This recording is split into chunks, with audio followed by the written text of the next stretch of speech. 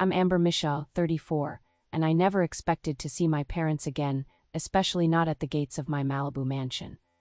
10 years of silence after they kicked me out for being gay, 10 years of missed holidays and family photos, and suddenly there they were.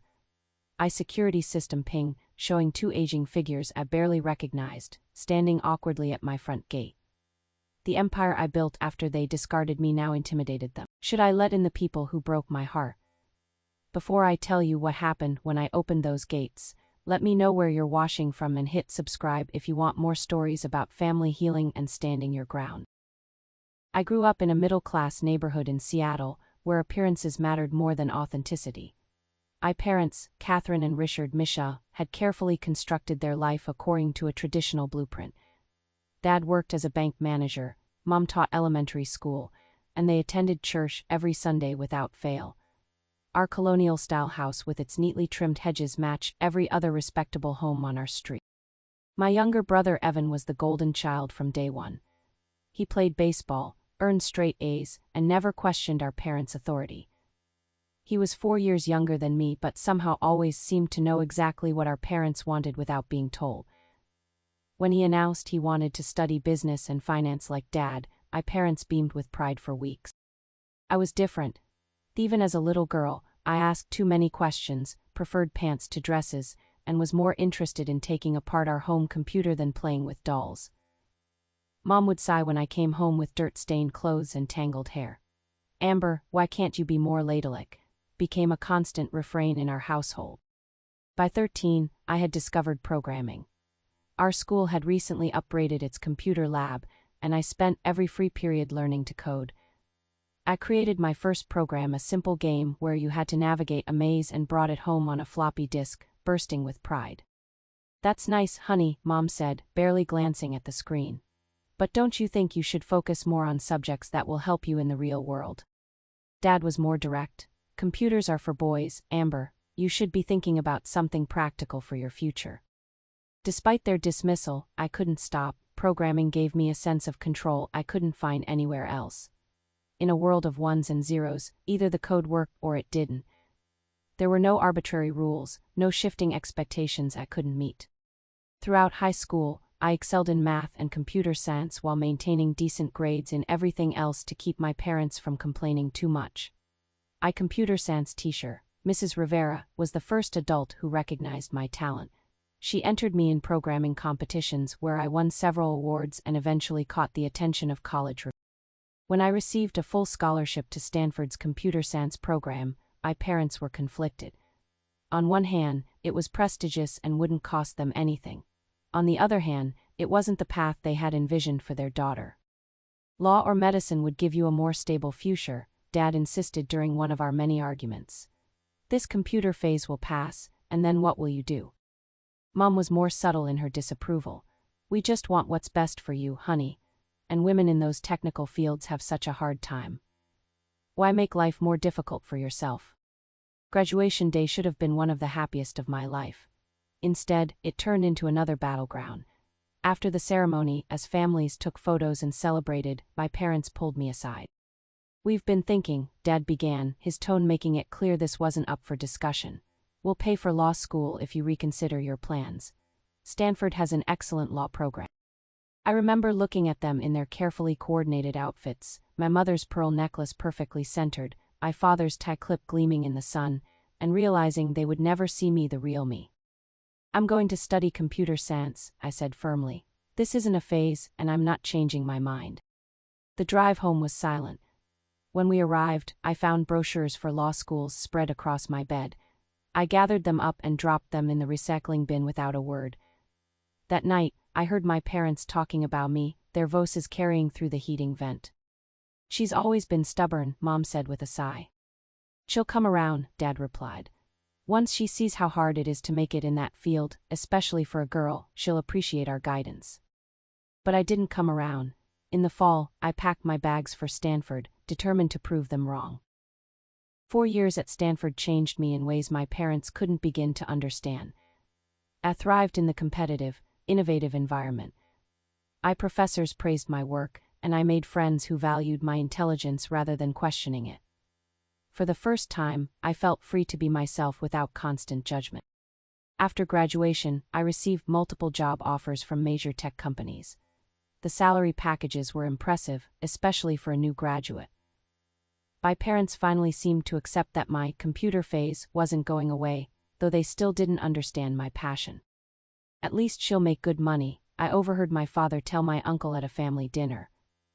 Not exactly a ringing endorsement, but progress nonetheless.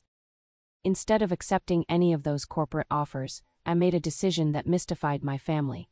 I joined a struggling cybersecurity startup in San Francisco. The pay was less than half what the big companies offered, but the potential was enormous. More importantly, I would have the freedom to create rather than simply maintain existing systems. "You're turning down Google for some company no one's ever heard of." My father couldn't hide his disbelief when I told them. "That's financial suicide, Amber." I moved into a tiny San Francisco apartment with 3 roommates to save money. We shared a single bathroom and a kitchen barely big enough for one person to cook in. My portion of the rent still consumed nearly half my monthly salary, but I was happy. The startup atmosphere was electric. We worked insane hours, but every day brought new challenges and opportunities to innovate. During those early months, my mother called regularly, asking when I'd come to my senses and take one of the corporate jobs that remained open to me.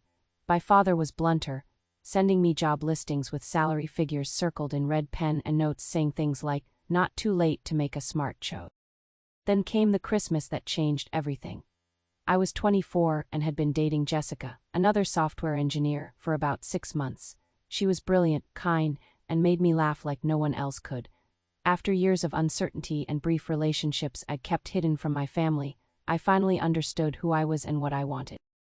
We'd planned to spend Christmas separately with our families, but at the last minute, Jessica's flight to Denver was canceled due to a snowstorm. When she called, disappointed about spending the holiday alone, I made an impulsive decision. "Come to Seattle with me," I said, "meet my family." In retrospect, it was naive to think they would welcome her. I'd never explicitly come out to them, though I suspect my mother had her suspicions. Part of me hoped that seeing me happy with someone I loved would bridge the gap between us. Another part simply refused to hide anymore.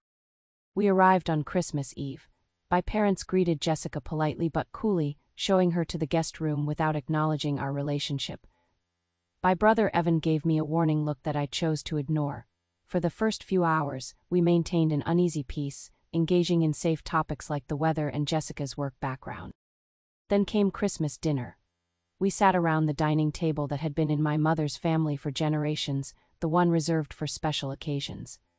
Mom had prepared her traditional feast: roast beef, Yorkshire pudding, her famous glazed carrots. Everything was perfect, as always. The conversation remained superficial until my Aunt Linda, always a bit oblivious to tension, asked Jessica and me how we had met. At a Women in Tech conference, Jessica answered with a smile. Amber gave an amazing presentation on security protocols, and I just had to talk to her afterward. "We've been dating for 6 months now," I added, reaching for Jessica's hand across the table. The room went silent. My father set down his fork with deliberate care. "I think there's been a misunderstanding," he said, his voice dangerously calm. "Jessica must be your roommate." "No, Dad, Jessica is my girlfriend. We're together." My heart pounded, but I refused to back down or look away. What followed was the worst fight we'd ever had. My father quoted Bible verses about abomination. My mother cried silently, occasionally murmuring about where they had gone wrong. Evan stared at his plate, unwilling to defend me but clearly uncomfortable with my parents' reaction. Jessica tried to leave, not wanting to cause more trouble, but I asked her to stay. This was my family showing their true colors, and I needed her support. "This is not how we raised you," my father finally declared, standing up so abruptly his chair nearly toppled backward. "No daughter of mine will live this lifestyle." "It's not a lifestyle, Dad, it's who I am." "Then you are no longer welcome in this house." His face had turned an alarming shade of red. "You have a choice to make, Amber. Either you end this phase and return to the values we raised you with, or you are no longer part of this family." I looked to my mother, hoping for some support, but she wouldn't meet my eyes. Evan still studied his plate as if it contained the secrets of the universe. "You can't be serious," I said, though I knew he was. "You're giving me an ultimatum: be someone I'm not or lose my family." Those are the terms, he replied coldly. I stood up, legs shaking but mind clear. Then I guess I don't have a family anymore. Jessica and I packed our bags while my father watched from the doorway, arms crossed. My mother hovered behind him, occasionally starting to speak but stopping herself. As we headed for the front door, she pressed something into my hand, a small envelope containing several $100s and a note that said only, "I'm sorry." That might have been the end of it, a clean if painful break. But over the next few years, the rejection continued. 2 months later, my cousin Amy got married. The entire extended family received invitations except for me. When I called her, confused, she admitted my parents had told her I wouldn't be comfortable at a traditional wedding. Then came my grandfather's 80th birthday celebration, my niece's christening, Thanksgiving dinners, Christmas gatherings, a decade of family events I learned about only through social media or occasional calls from Evan, who maintained minimal contact but never stood up to our parents on my behalf. "They're from a different generation," he would say, as if that excused everything. "Just give them time." But time only seemed to solidify their position. When Evan got married 3 years after our falling out, my parents threatened to skip the wedding if I was invited. My brother chose to keep the peace, sending me a private message. "I wish things were different. I'll send you pictures." I stopped reaching out after that. The pain of rejection became a dull background ache, something I learned to live with like an old injury that flares up in cold weather. Family became a concept I observed from a distance, something other people had but wasn't meant for me. The months following my family's rejection were the darkest of my life. Jessica and I broke up 6 months later, the strain of my emotional baggage proving too much for our new relationship. I threw myself into work, often sleeping at the office and coding until my vision blurred. The startup became my refuge, the only place where I felt I had value. The irony wasn't lost on me that I was fulfilling my father's prediction, working insane hours for minimal pay at a company most people had never heard of. Some days, doubts crept in. Maybe they had been right about everything. One particularly difficult night, after our main investor pulled out, leaving us weeks away from bankruptcy, I found myself alone in the office, staring at job listings for those corporate positions I'd once rejected. It would be so easy to give in, to take the safe path, maybe even to call my parents and say they'd been right all along. That's when Marcus Johnson, our lead investor, found me. He was an industry veteran who'd taken a chance on our little company when everyone else had passed. Instead of firing me, he pulled up a chair. "Tell me what you're working on," he said simply. Through tears and caffeine-induced rambling, I explained the security algorithm I'd been developing, a new approach to encryption that could revolutionize data protection if I could ever get it to work properly. Marcus listened intently, occasionally asking sharp, insightful questions that forced me to think differently about the problems I was trying to solve. By morning, we had sketched out a new direction for the entire company, pivoting from our struggling original product to focus on my security protocol. "You have something special here," Marcus told me as the sun rose over the San Francisco skyline. "Don't give up before the miracle happens." His faith in me healed something that my family had broken. Over the next 2 years, we rebuilt the company around my security software. There were still plenty of setbacks, failed demos, technical challenges that seemed insurmountable, competitors trying to duplicate our work, but slowly, we gained traction. The turning point came when a major bank experienced a catastrophic data breach that exposed millions of customers' information. Our solution was the only one that could have prevented it. Suddenly, every financial institution in the world wanted our technology. Within 6 months, we went from barely making payroll to fielding acquisition offers in the hundreds of millions. We didn't sell. Instead, Marcus helped me secure funding to expand, and I became Chief Technology Officer. 2 years later, when our founding CEO decided to retire, I stepped into the role. By 30, I had bought out the original founders and owned the controlling interest in what had become one of the most valuable cybersecurity companies in the world. Success came in waves after that. The company expanded internationally, opening offices in London, Tokyo, and Singapore. I was named to Forbes 30 Under 30, featured on the cover of Business Week, and invited to speak at conferences around the world. The shy, awkward programmer had become a respected industry leader. With financial security came personal changes as well. I purchased my first luxury condo in San Francisco at 29, a far cry from the cramped apartment I'd shared with roommates. At 32, I bought the Malibu property that would become my sanctuary, a modernist mansion overlooking the Pacific, with floor-to-ceiling windows and enough space to house the entire extended family that no longer acknowledged my existence. Throughout these years of success, I occasionally attempted to reconnect with my family. I sent Christmas cards that were never acknowledged, birthday gifts that were returned unopened, and even a letter when my company went public, including information about the stock I'd set aside for them. That too was returned, marked addressee unknown, in my father's unmistakable handwriting. Evan was the only tenuous connection I maintained to my former life. He would call a few times a year, always when our parents were away, to give me careful updates about his life and their health. These calls grew less frequent after he had children, dwindling to just Christmas and my birthday. I understood he had chosen his side long ago. To fill the void, I created new family connections. Marcus Johnson became the father figure I no longer had, mentoring me through professional challenges and personal ones as well. I established the Michelle Foundation for LGBTQ+ youth in tech, providing scholarships and mentorship to young people who, like me, might face rejection for simply being themselves. Through the foundation, I met Stephanie, a successful artist who designed our logo as a pro bono project. Where Jessica had been my intellectual match, Stephanie was my emotional one, steady, compassionate, and unafraid of the walls I'd built around myself. 2 years after meeting, she moved into the Malibu house, filling it with her colorful canvases and infectious laugh.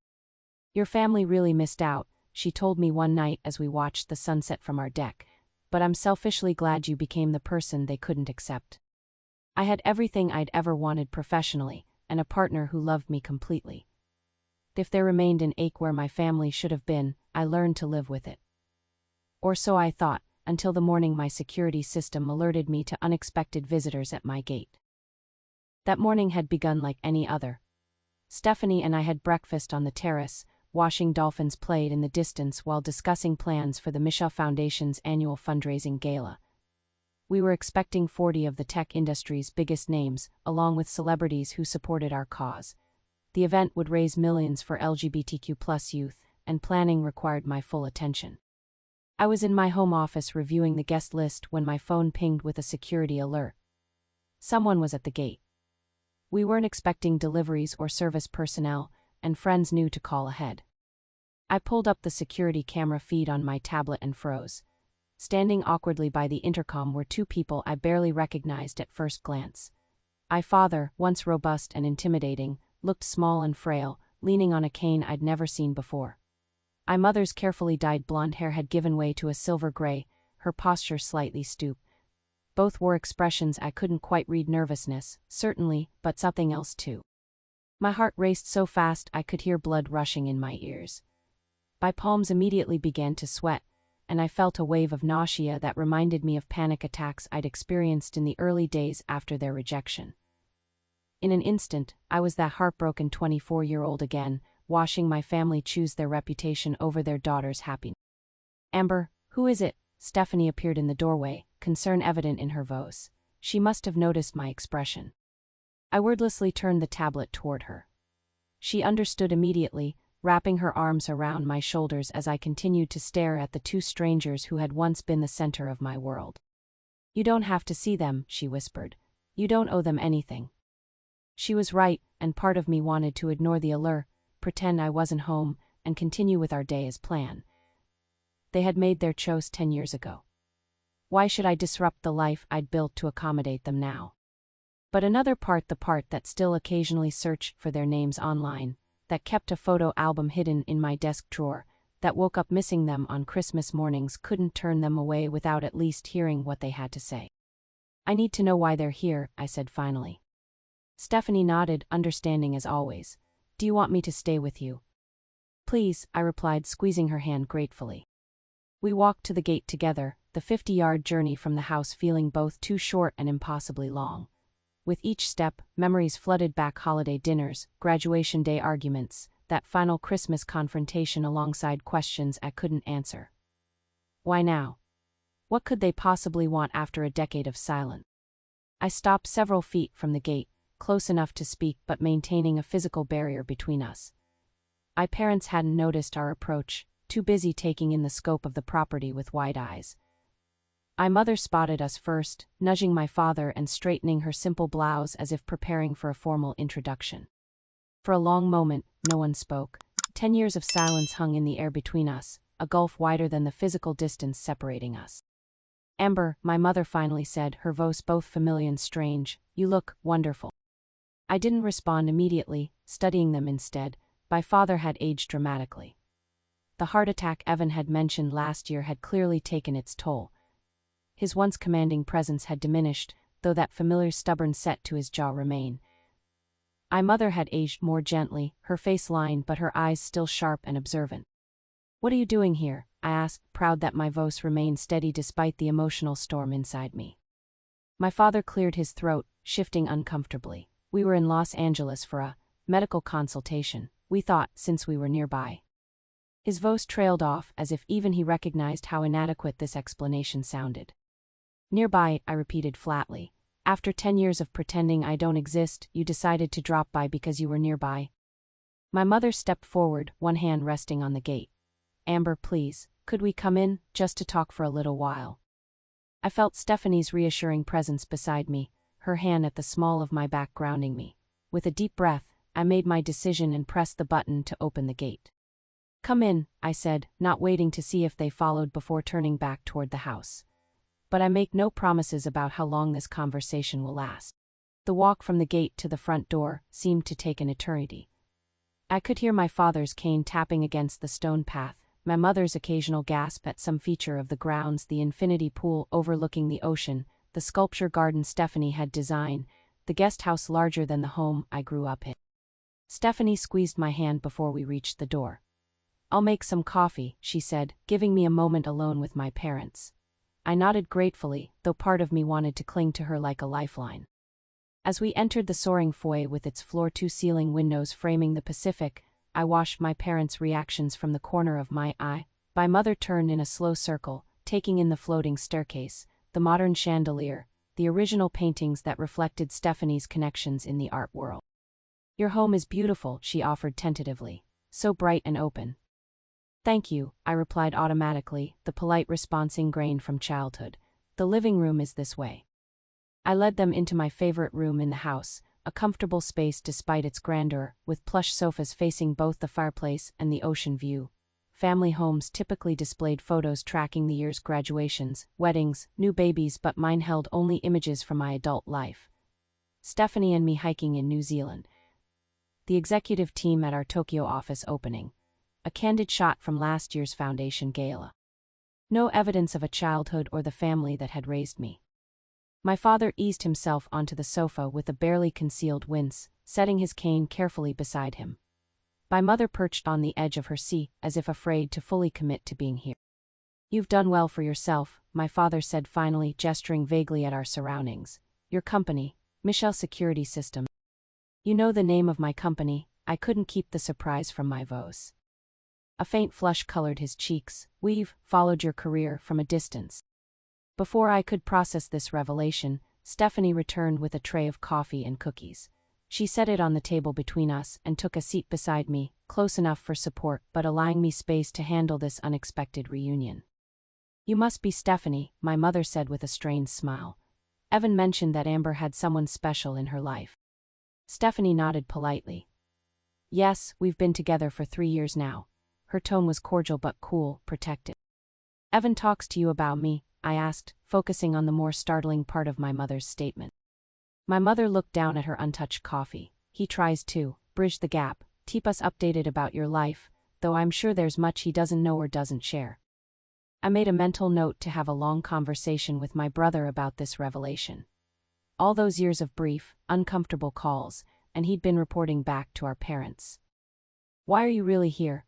I asked bluntly, unable to maintain the pretense of casual conversation any longer. "It's been 10 years. You've missed every milestone in my adult life. You've returned every attempt I made to contact you, so why now?" My parents exchanged a glance laden with unspoken communication, a married couple's shorthand I remembered from childhood. My father nodded slightly, and my mother turned to me with tears gathering in her eyes. "Your father had a heart attack 8 months ago," she said, though this wasn't news to me. "It was serious, They didn't think he would make it through the night. My father stared out at the ocean, his expression unreadable. Makes a man think about his life. Chose is made, bridges burn. We're here to see specialists at Cedars Sinai, my mother continued.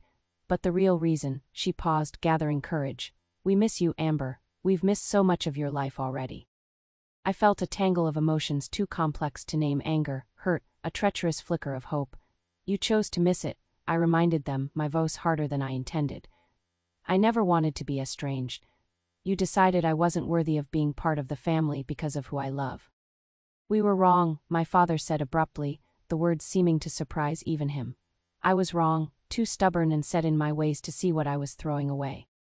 Under different circumstances, these words might have been everything I'd longed to hear. But a decade of pain couldn't be erased by one reluctant admission. What about all the family gatherings I was excluded from? I asked, memories flooding back painfully.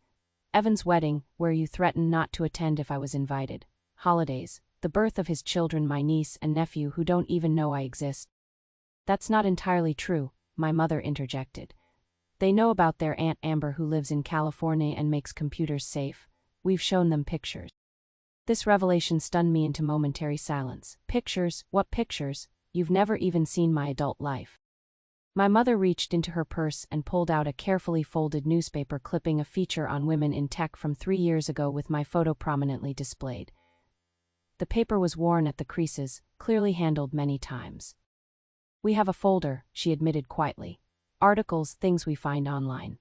Your father even bought your company's security software for his laptop, though he pretends he doesn't know how to use half the features. I glanced at Stephanie, who looked as surprised as I felt. All these years, I'd believed they had completely excised me from their lives, when in reality they'd been collecting fragments of mine from a distance. As the afternoon progressed, we shared an uncomfortable dinner that Stephanie graciously prepared. The conversation lurched between surface pleasantries and painful recollections, occasionally landing on neutral ground like my father's retirement from banking or my mother's volunteer work at their church's food pantry. It was during coffee and dessert that the real reason for their visit finally emerged. Evan's business has been struggling, my father said, studying the rim of his coffee cup.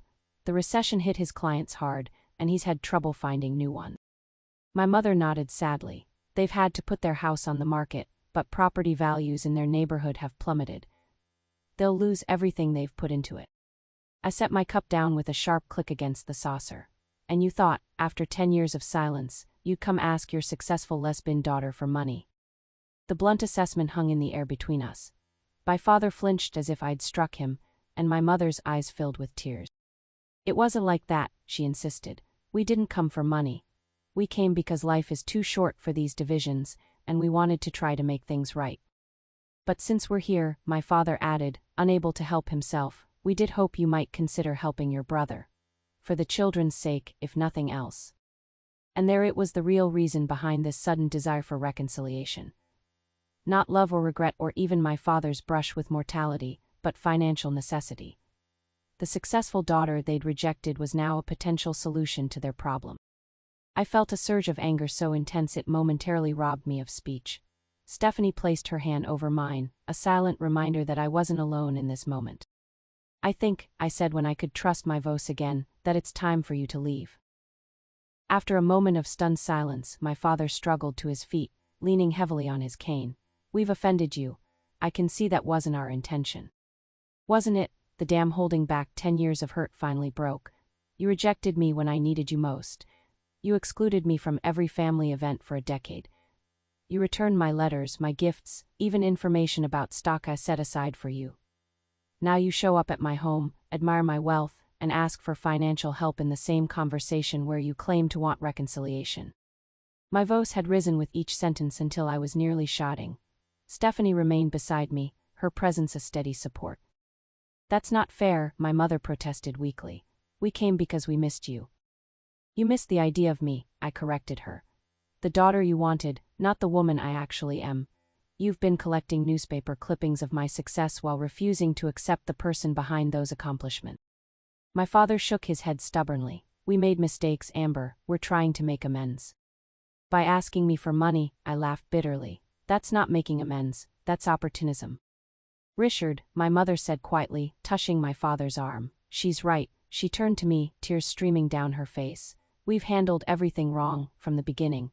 We were raised with certain beliefs, but that's no excuse for how we treated our own daughter. Something in her expression, genuine remorse without qualification, made me pause. For the first time, she wasn't defending their actions or asking me to understand their side. She was simply acknowledging the harm they had caused. I should have stood up for you, she continued, her voice growing stronger. When your father gave you that ultimatum, I should have said no. No, we will not reject our child. Instead, I stayed silent, and I've regretted it every day since. My father stared at her in surprise. They had presented a united front my entire life, and this break in the pattern seemed to unsettle him. Catherine, he began, but she shook her head. No, Richard. We need to be honest if we have any hope of salvaging a relationship with our daughter. She turned back to me. Yes, Evan needs financial help. Yes, that was part of why we finally worked up the courage to see you.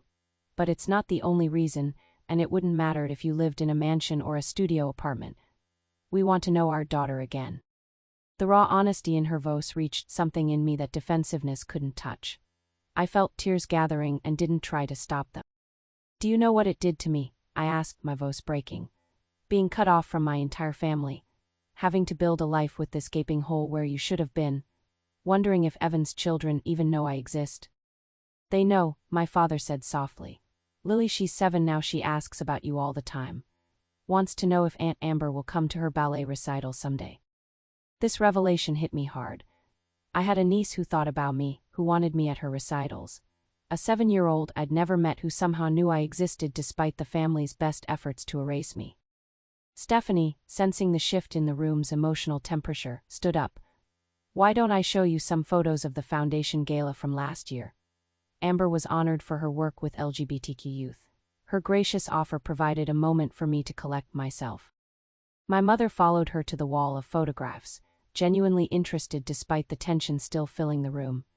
My father remained seated, looking suddenly old and uncertain. Your home security system, he said abruptly. It's one of yours, your company's design.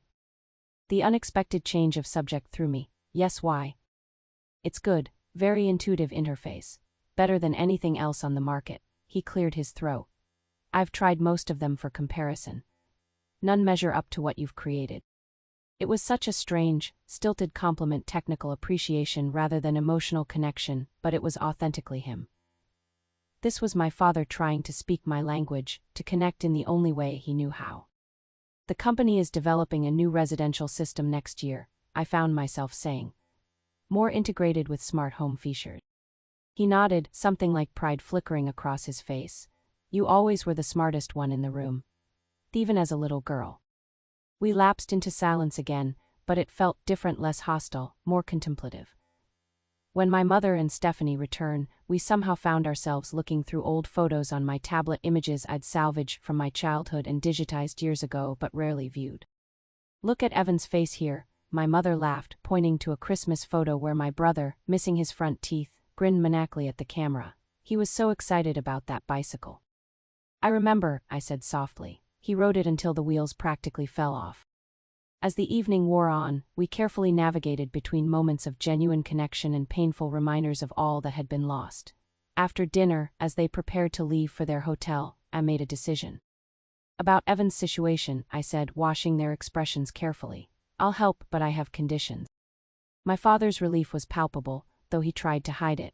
What conditions? First, this isn't a loan or a gift to you. It's for my brother and his family, and I'll handle it directly with him. I took a deep breath. Second, I want to meet my niece and nephew. Not once, but regularly. I want to be part of their lives. My mother nodded immediately. Of course, they would love that. And third, I continued, the most difficult part, we need to work on our relationship separately from this financial arrangement. That means therapy, family counseling with a therapist who specializes in LGBTQ issues. If you're serious about reconnecting, you need to understand the damage that was done and take responsibility for it. I expected resistance, particularly from my father. Instead, he surprised me. That's fair, he said quietly. More than fair, given everything. As they left, my mother hugged me tightly, whispering, I'm so sorry, against my hair. My father's embrace was briefer, more awkward, but genuine. Later that night, I called Evan for the first time in months. Our conversation was long overdue, honest in a way we hadn't been since childhood. He apologized for his role in maintaining my exile, explaining but not excusing his choices to keep peace in the family at my expense. I should have stood up for you, he admitted, echoing our mother's earlier words. I was a coward. Yes, you were, I agreed, not sugarcoating the truth. But I understand the position you were in, and I did, even if understanding didn't completely heal the hurt. Lily and Max ask about you all the time, he said, changing the subject. Mom shows them your pictures. Lily says she wants to make computers like Aunt Amber when she grows up. Something warm bloomed in my chest at the thought of this little person I'd never met, inspired by the aunt she knew only through stories and photographs. I'd like to meet them, I said, soon. They would love that, Evan replied, his voice thick with emotion. We all would. After we hung up, I found Stephanie waiting for me on our bedroom balcony, a glass of wine in each hand. She handed one to me without a word, and we stood watching the moonlight shimmer across the ocean. How are you feeling? She asked finally. I considered the question carefully. I don't know yet, overwhelmed, angry still, but also, hopeful maybe. Is that naive? She shook her head. Hope isn't naive. It's brave, especially after everything they put you through. I leaned against her, drawing strength from her steadiness. They might disappoint me again. They might, she agreed, never one for false reassurances. Or this might be the beginning of something healing for all of you. Either way, you have a family. Hear me, your friends, the kids from the foundation. People who love you exactly as you are.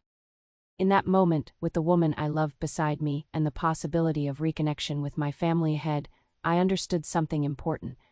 Forgiveness wasn't about erasing the past. It was about creating space for a different future. 6 months have passed since my parents appeared at my gate that unexpected morning. In that time, we've begun the slow, sometimes painful process of rebuilding a relationship I once thought was irretrievably broken. True to my word, I helped Evan salvage his financial situation, not with a direct handout but by investing in his business and connecting him with my network. More importantly, I've become a real presence in my niece and nephew's lives. Lily, with her gap-toothed smile and precocious questions about coding, has captured my heart completely. Max, at 4, is more reserved but loves when I read him stories over video chat, complete with different doses for each character. Our weekly family dinners remain something of an emotional minefield. Sometimes we navigate the conversation successfully, finding genuine connections and moments of laughter. Other times, an innocent comment will trigger old hurts, sending us back to our respective corners to lick our wounds. The family therapy sessions I insisted on have been both challenging and enlightening. Our therapist, Dr. Martinez, doesn't allow my parents to hide behind generational differences or religious beliefs when discussing their rejection of me. In our third session, my father finally acknowledged the truth I'd suspected all along. His reaction had been driven more by fear of what others would think than by actual moral conviction. I was more concerned with appearances than with your happiness, he admitted, the confession clearly difficult for him. I've spent a decade regretting that choice. My mother has made more consistent progress, joining a PFLAG support group at her church and slowly untangling her religious beliefs from the homophobia she was taught. Last month, she surprised me by attending a fundraiser for the Michelle Foundation, even making a modest donation in her own name. I've had to do my own work too, learning to set boundaries without building walls, to forgive without forgetting the lessons of the past. Dr. Martinez reminds me regularly that reconciliation doesn't mean returning to old patterns, but creating new, healthier ones. The most unexpected joy has been watching Stephanie build her own relationship with my family. My mother, an amateur watercolor painter, bonded with her over art techniques. Even my father has found common ground with her, discovering they share a passion for vintage cars. Not everything is resolved, of course. There are still moments when I catch my father washing Stephanie and me with a flicker of discomfort, or when my mother changes the subject rather than acknowledging our relationship directly. Old habits die hard, and a lifetime of beliefs doesn't transform overnight. But there has been real progress. Last week, after much deliberation, Stephanie and I decided to get married. When I called to share the news, my mother's immediate response was, "We'd be honored to attend." My father, in his own awkward way, asked if they could contribute to the celebration. I've established a trust fund for Lily and Max's education, ensuring they'll never face the financial pressures that might have limited their options. More importantly, I've become the aunt they run to with questions their parents can't answer, with dreams too big for anyone to contain. Through the Michelle Foundation, I've expanded our mentorship program, connecting LGBTQ+ youth who have been rejected by their families with successful adults who have walked similar paths. Watching these young people find their confidence, their voice, and their chosen family has been healing in ways I never anticipated. The mansion that once felt like a symbol of my isolation has become a gathering place for family holidays, foundation events, and weekend visits from my niece and nephew who think having an aunt with a swimming pool and a home theater is the height of coolness. What I've learned through this journey is that success isn't measured by the square footage of your home or the figures in your bank account. True success is having the courage to be authentically yourself, even when it costs you dearly. It's building a life filled with people who love you for exactly who you are, not who they wish you would be. Forgiveness doesn't mean erasing the hurt or pretending it never happened. It means choosing not to let that hurt determine your future. My parents' rejection shaped me, but I refused to let it define me. That was my victory long before they reappeared at my gate. If you're watching this and struggling with family rejection, know that your worth isn't determined by their acceptance. Build your life, your success, your happiness on your own terms. Create the family you need from the people who cherish the real you. And if reconciliation eventually becomes possible, approach it with clear eyes and strong boundaries. I don't know what the future holds for my relationship with my parents. We're writing that story one careful conversation at a time.